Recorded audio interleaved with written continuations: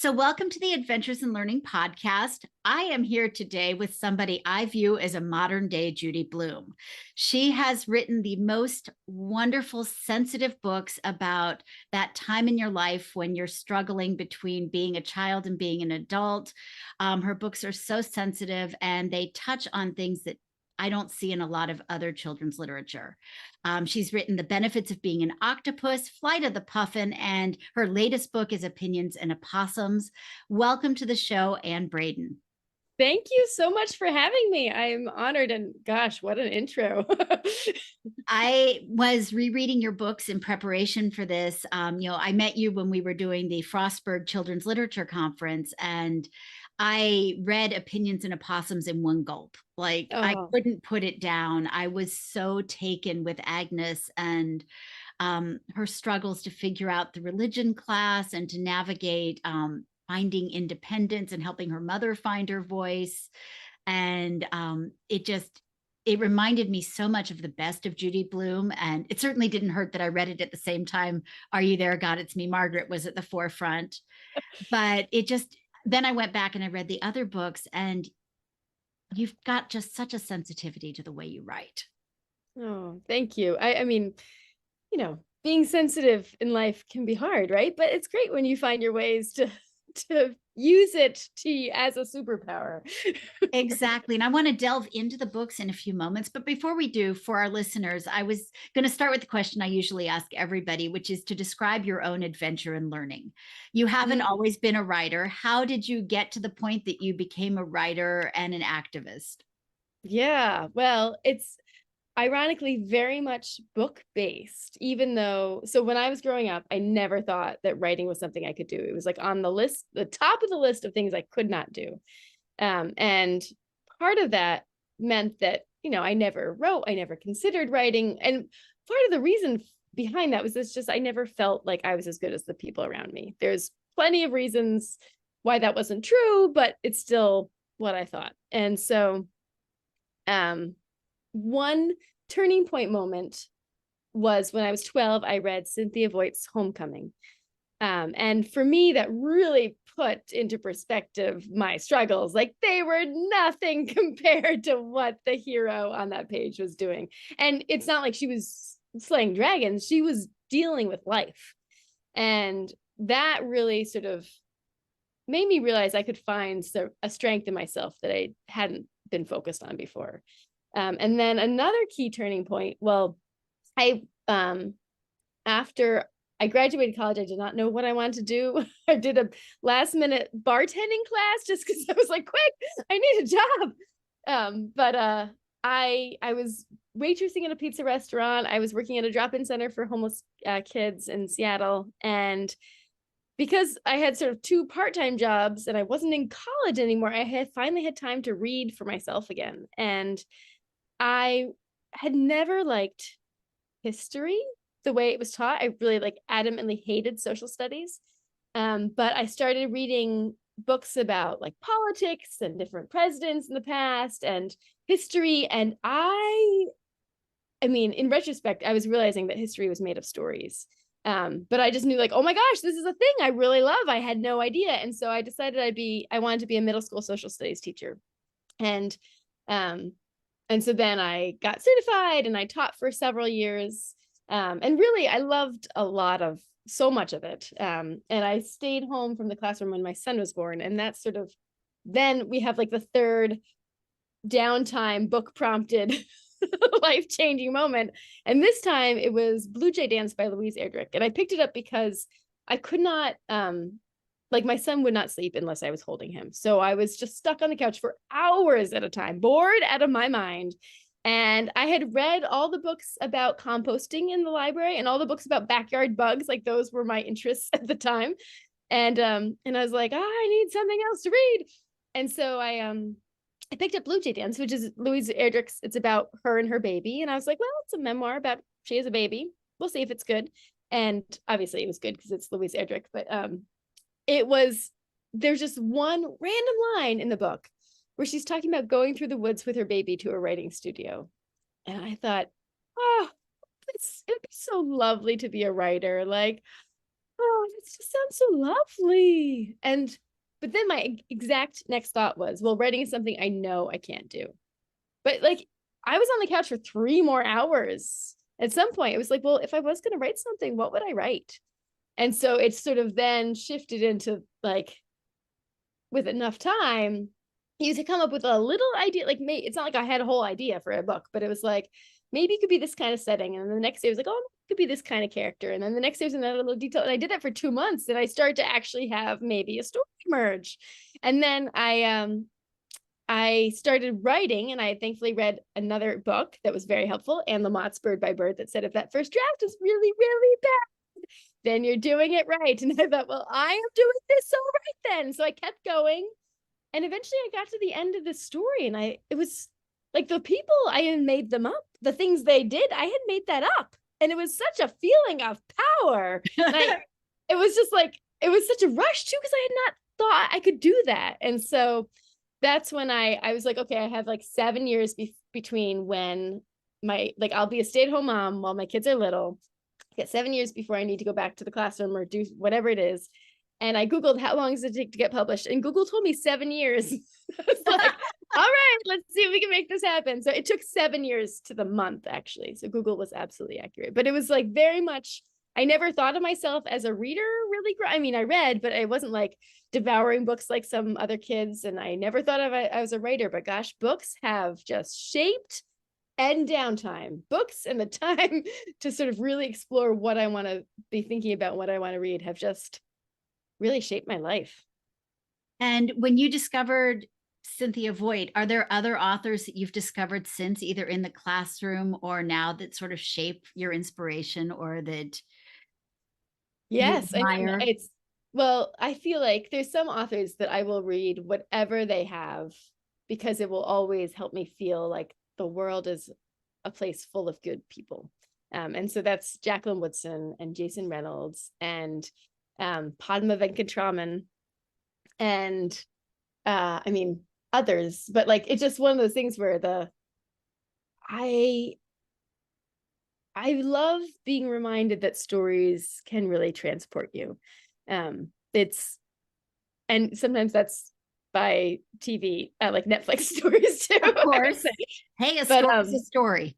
Yeah, and so I really try to fill up my well when I'm not writing and in between, and so yeah, I feel like there's so many amazing authors writing for middle grade right now, and it's just like, when kids ask me what I read when I was their age, I was like, I read everything there was. There wasn't that much. Yeah, I feel like we're in a golden age right now in terms of that middle grade writing. You're absolutely right, because it's sort of the same thing. I feel like I read so much when I was younger, but nowhere near what's out there now. Right. It's and it also, I just feel like there's so much good stuff in there of like kids getting to really see themselves, and no matter what emotion they're dealing with, like they can, like, if you find the book, you can find that on the page, and that's just a really powerful thing. Well, and that's a great segue into your own books. You know, you've written some really interesting heroines and heroes. You know, there's Agnes, there's Zoe, there's Libby and Vincent and T and Jack. Where did the inspiration come from for the kids who sort of at the forefront of your stories? You know, it's a mix of a couple different sources. I think Zoe, the inspiration behind that book was that I had written 5 manuscripts before this that had all gotten rejected. I was sure no one was ever going to read anything I wrote. But I was at a toddler ninja class watching my daughter like jump around, and I was talking to one of the other parents who was a guidance counselor at our local elementary school. And our town has, you know, about 80% of the kids qualify for free and reduced lunch. It's a lot of families like Zoe's. And she was like, you know, our kids never see themselves in books. You're a writer. You should write that book. And I was like, that's really important, but I don't think I'm the person to write that book. Like, for a variety of reasons, but I felt like, you know, that book should definitely be written, but by someone else. And after a few months though, I kept thinking about the idea, and Zoe came so fully formed. And I was like, I know her. And part of it was kids that I taught, but more so, it was just, she was my own, all my insecurities from when I was younger for significantly less good reasons than she has to feel insecure. So like, I didn't have the same obstacles that she has to face, but we both doubted ourselves, and I was able to just channel all of that in. And so in a lot of ways, I am in every one of those characters that you mentioned. And so it's like finding it's like delving into a different part of your personality, or a different part of your past, or a different part of your worries about the future. And I feel like, and then also pulling on the kids that are around, like kids that you've taught and loved. And it's, writing compared to teaching is interesting because you can convince that kid on the page that you love them, even when it's hard to do that in the classroom. You can do it in the classroom, but you just never know if it's gonna take. And so I had a little bit more control over this. So what was the inspiration for Opinions and Opossums? Oh, that was very much just right out of my own childhood. Like that, I am Agnes I don't think I pulled on anyone else. It was just like, it's like me as a book form. If I was going to turn into paper in a nice binding, that's what I would look like. And I had a lot of questions about religion when I was growing up, and I did not feel like I could ask them. And there's all these assumptions that are just made in society that you don't question. And if you question them, it's seen as like bad, or like, especially when in middle school, like you don't want to stick out. You don't want to put up your little flag of weirdness, even though we all have our flag of weirdness. Absolutely.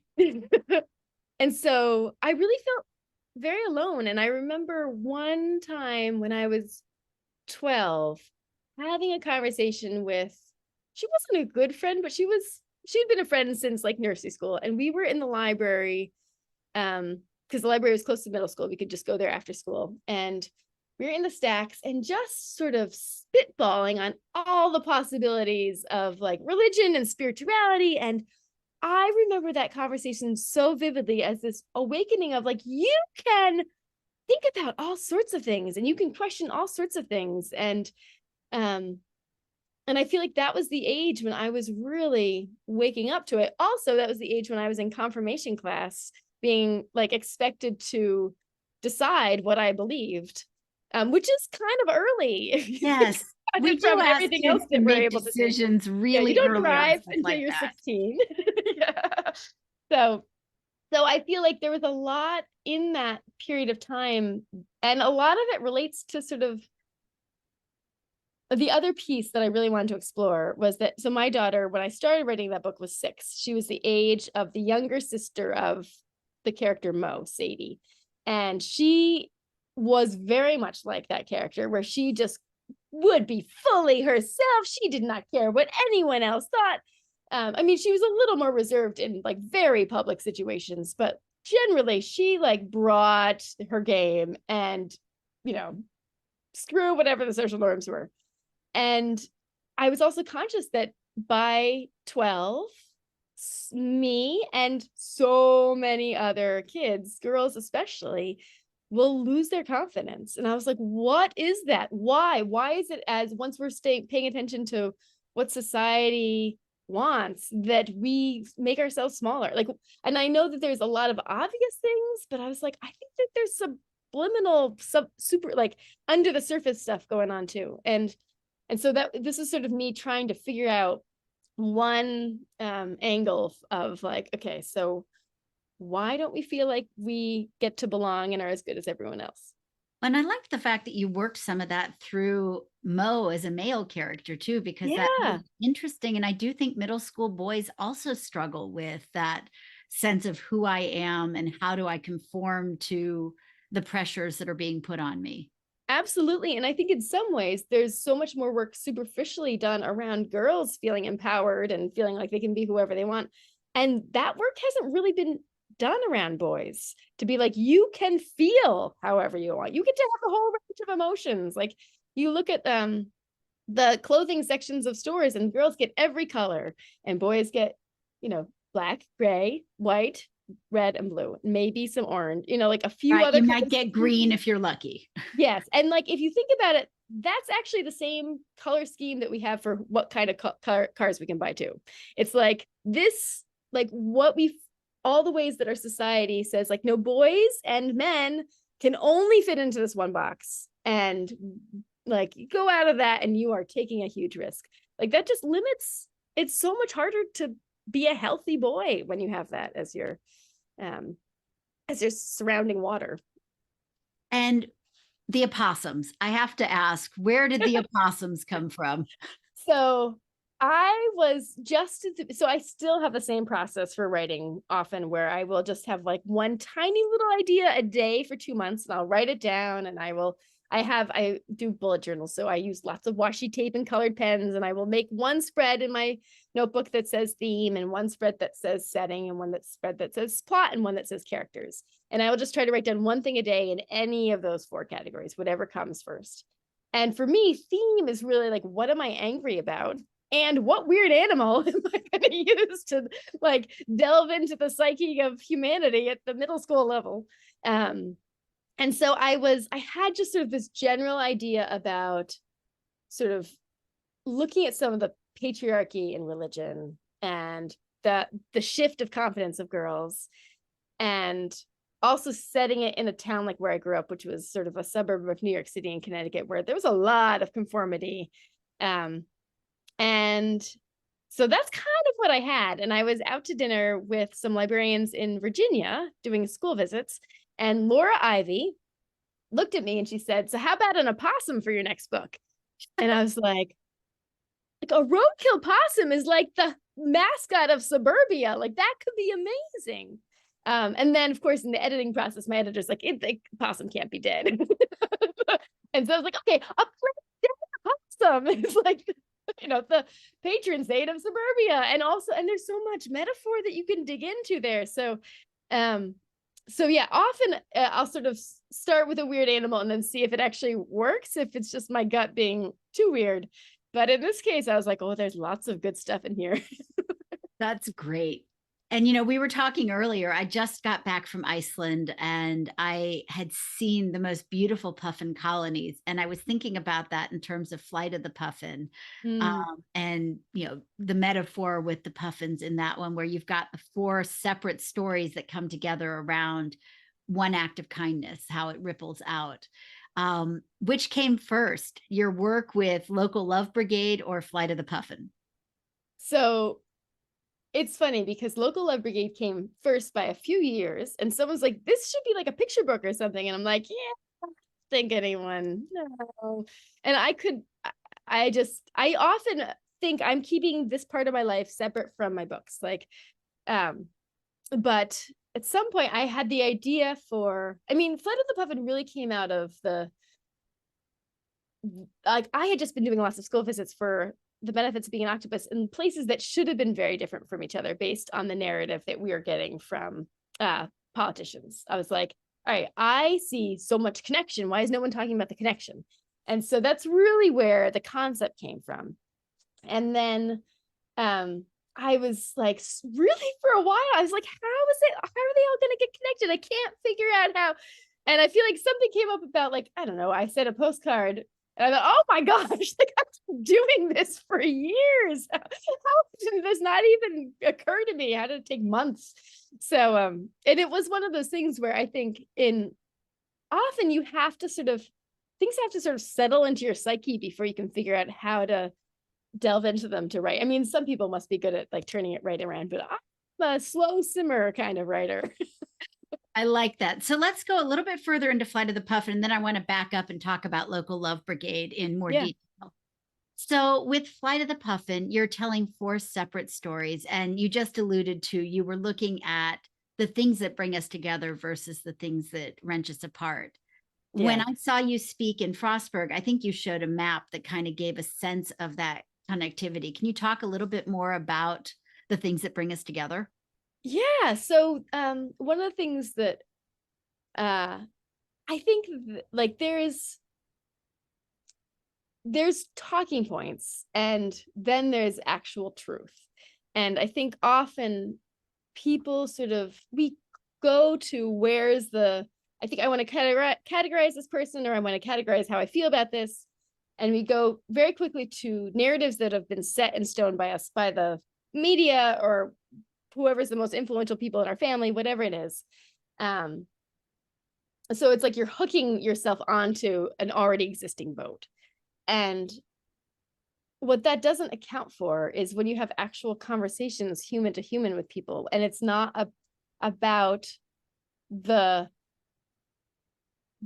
the problem on the surface where you would immediately get to talking points. It's about like the deeper issues of what it means to be a human, and how do you feel, like what is it like when you feel vulnerable, and what do we all want as humans, and like how does belonging work. And as soon as you're getting to like these deep human issues, it like none of the other stuff really matters that much, and it's very much on the surface. And there's things like small details certainly matter in terms of how people treat one another, but how we talk about things, like we can instantly be like, oh, you're using those words, that means that you are instantly like in this camp over here, I'm going to make all these judgments about you. And so part of, I think both that and the benefits of being an octopus was really trying to pull back on the easy judgments and sort of look at, well, what are we actually talking about? Who are these human beings that we are making judgments about in all these different directions?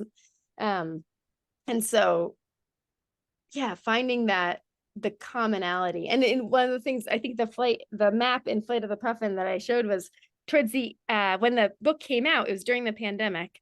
And we had this like coast to coast read aloud, where like 4,000 students all across the country in like 700 different schools all read it at the same time.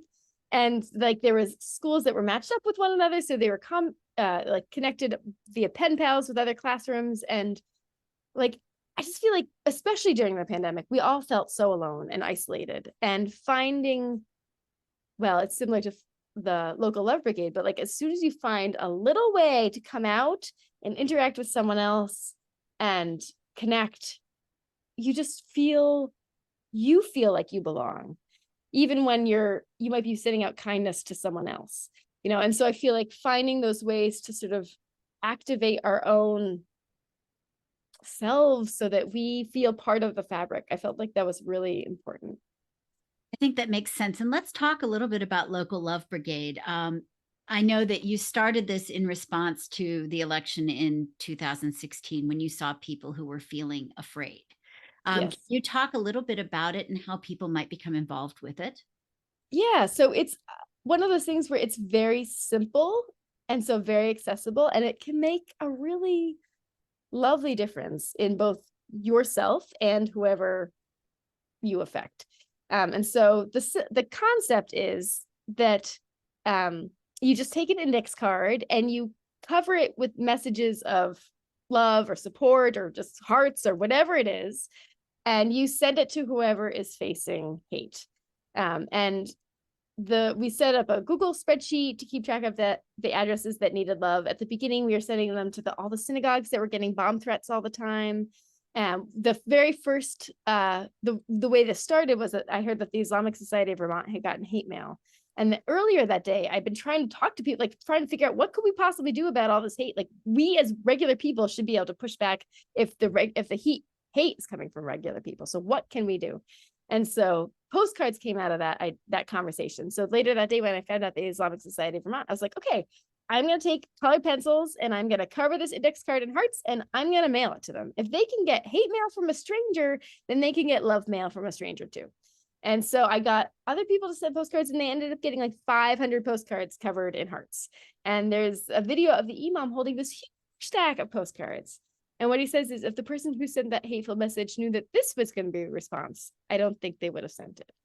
And so it's one of those things where it doesn't even have to be 500. It's like you're balancing out the hate that other people are sending. And so it was just like, if there's hate, we're going to push back. Like, and the idea is like, well, you're a stranger. How do you know these people? It's like, okay, whoever is hating on them is likely someone who does not know them either. You know, like the whole message is you get to be who you are. you are loved as you are. And that's a message that I feel pretty universally applies to a whole lot of people. And so it started growing, and we started a Facebook group, and then that even spread out to Facebook groups in other states. The Vermont is the main one. It's the one that's still kind of active, although the Oregon one does have a very diligent person who keeps posting. But it's one of those things where it has sort of died off a little bit since then, in part because I think that I don't know if it's that it's not on the news as much, and so it's harder to find the incidents that need it, or if there's fewer incidents. I'm not sure.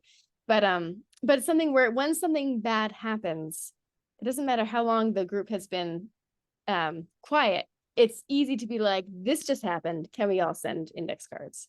And so it's just having a way to take action. Often when we feel angry, it's because we feel powerless. And so having a way that we can be part of a solution, it helps us feel better. But then it also is this reminder to the other person that, you're not alone in this. That makes sense. And I actually am going to use your idea this summer because I'm doing a couple of camps through the library. And the theme for the libraries this summer is community and kindness. And so great. We're going to be sending postcards both with the little ones where they can do them with their parents, and then with the older elementary students where they can do them more independently. Awesome. And there's a spot on my website with all the puffin stuff where there's sample addresses that you can use. It sends them to homeless shelters with kids, and that's perfect. And that's sort of my plan, is to use those, but also to bring in community members so that the kids can learn a little bit more about the needs in our own community. Oh, that's perfect. Yes, absolutely. That's great. So I think that's powerful. And I love the notion that it's something as simple as a postcard. Yeah. Yeah. And it was, amazing to feel so powerless during that time. And then to suddenly be in these gatherings where it was like, there was kids from 2, and there was, like they were just drawing the, the design on the postcard. And I went to some nursing homes, and they were so excited to write these like very detailed postcards. And it was just like, this is so accessible for so many people. And it just brings joy into the world. I agree. And I also know you've been involved in the creation of 2 hashtag campaigns, Kids Need Books and Kids Need Mentors. Can you talk a little bit about the 2 of those, and are they still going, and how can people be involved? Those, I believe, have sort of fizzled out with the pandemic, unfortunately. The Kids Need Books is a hashtag that still crops up for if people are giving away a stack of books. So that one, I think, can come and go. But that's worth searching just in case. Because it really sort of spread out to lots of different authors giving away stacks of books. And often it's not like their own books, it's books that they have on their bookshelves, and books that I remember having a conversation with Jarrett Lerner, who was at the very beginning of it, together, because I had these books that I wasn't going to be able to read for various reasons. And I was like, there's all these kids out there that don't have access to books. Like, I just need to get it to some teachers' hands. And so we were talking about how, like, what's the point of having no space on your bookshelf when there's kids out there that have no bookshelf? And so that one sort of began just as an easy hashtag. And then Kids Who Need Mentors really became a whole organization. Thankfully, not one that had to get like certified as a 501c3. I've really learned my lessons about creating organizations. Keep it simple and streamlined and really low entry level. And so that one I did with Jarrett and Kristen Crouch and Kristen Pacone, who are 2 educators. And it was about matching up authors with classrooms for a year. And so that they had a, you could, like, for an author, it's really fun to check in with kids and answer questions and maybe get feedback on your writing. And there's a lot of benefits for the author, but also for the classroom, there's all sorts of great benefits about having, an author who does this for a living giving suggestions about writing or tips or whatever it is. Sure. And so, so that was, I think that we probably did that 2 or 3 years. I got too busy and I had to bail, and the other 3 kept it going for 1 year after I did, after I left. But it's it was a really, I think it's, the whole concept is sort of flattening everything so you don't feel like there's some hierarchy. It's not like authors, because their name is in print on a book, are somehow not these regular human people who make mistakes and have really bad first drafts. You know, it's really important to have that be accessible and just, yeah, something that you can imagine yourself going into. And maybe to show a future Ann Braden that you can write at a much earlier age. Yes, you don't have to wait till you're 30. So you've been involved in so much activism over time that seems to have gone sort of hand in hand, your writing life and your activist life. What are the issues that are fueling your fire today? What are the things that you're focused on? Well, it's funny because I wrote, since writing Opinions and Opossums, I've written a manuscript and a half, which are on two different issues that I care passionately about. One's climate change and one is book banning. And in both cases, my editor just recently, she's like, no, these are not working. And so I'm like, okay, well, I really came to terms with human extinction because I feel like life is going to continue on after climate change. So that really helped me. And the book banning one was so agenda heavy. I had so much to say and the story was getting lost. So all of that, like, it's one of those things where sometimes it's like you can come in and the book is really just for you. It's not for anyone else to read.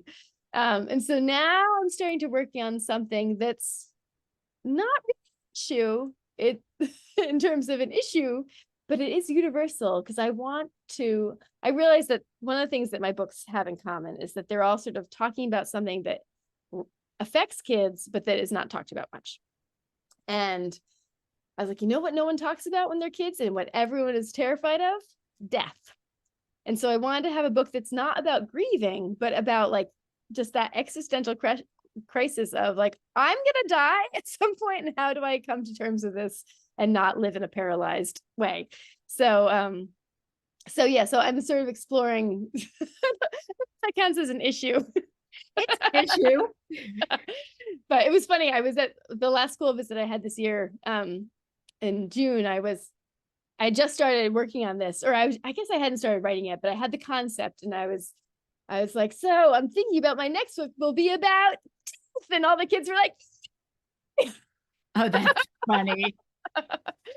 So I don't know, maybe I just had like it was like a pep rally theme of how I was introducing it, but they stepped into it. I love it. So what's currently bringing you joy? What are the things that fill your cup? I just recently saw this New York Times, I get the morning newsletter, and it was talking about setting your intention for the summer. I'm realizing that this is going to come out after the summer, but my intention for this past summer was to write in the quiet of the morning, grill in the evening, and watch the birds in the middle.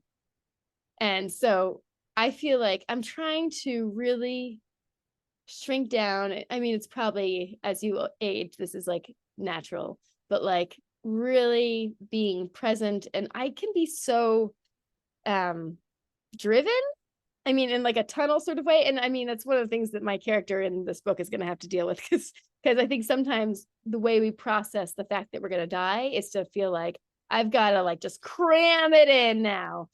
And so I'm working on that and really trying to find just that peace in the moment. And gosh, I'm really into birds right now. One of my climate change book was all going to be all these bird main characters because humans had gone extinct. And it was fun thinking about that, but it was not a realistic book.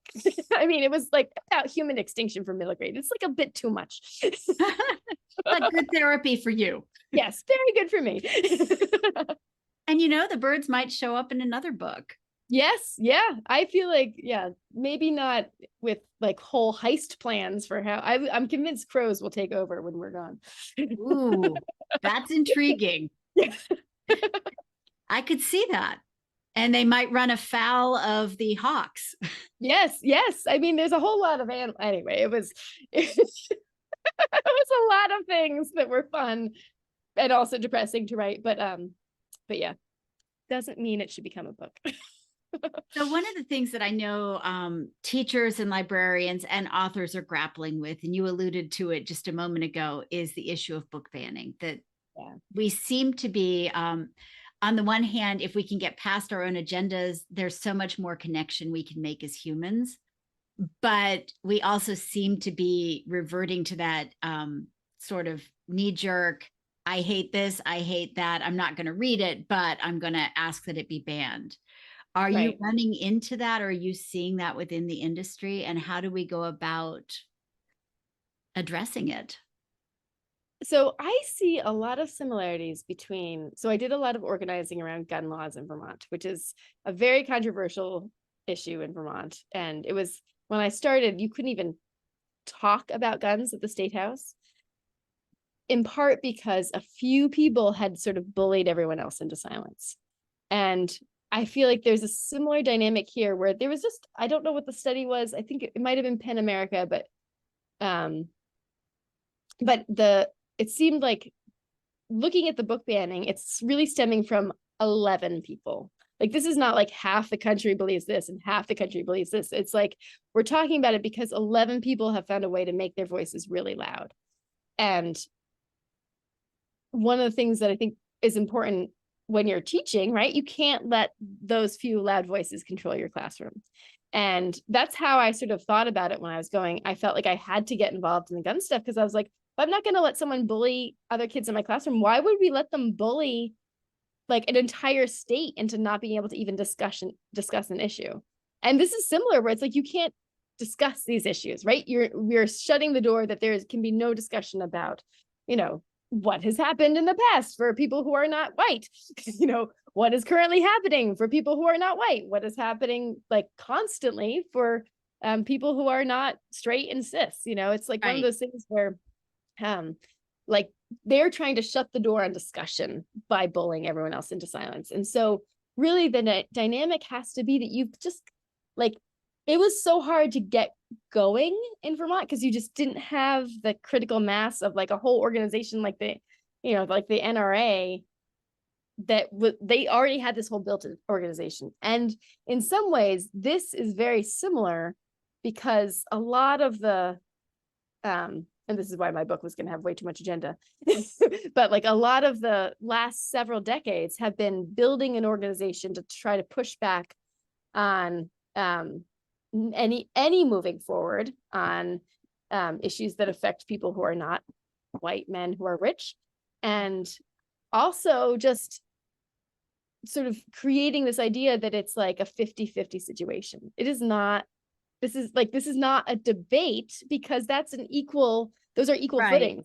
Like the majority of the country that's a democracy that you know, wants freedom of press and free you know, freedom of reading the press, that like that they have to find enough, you just have to find enough people who are willing to speak up about it from the other side. And so that can often be like, you know, you find one other person and they come with you to a school board meeting, or you find two other people and the three of you like meet and discuss how are we going to do this and sometimes that's all the critical mass you need to get something started. So like when I was doing the gun organizing at the beginning, there was and I, you know, I was, but you just find one person at a time. My cat is trying to like break down a door. Hold on. Sure.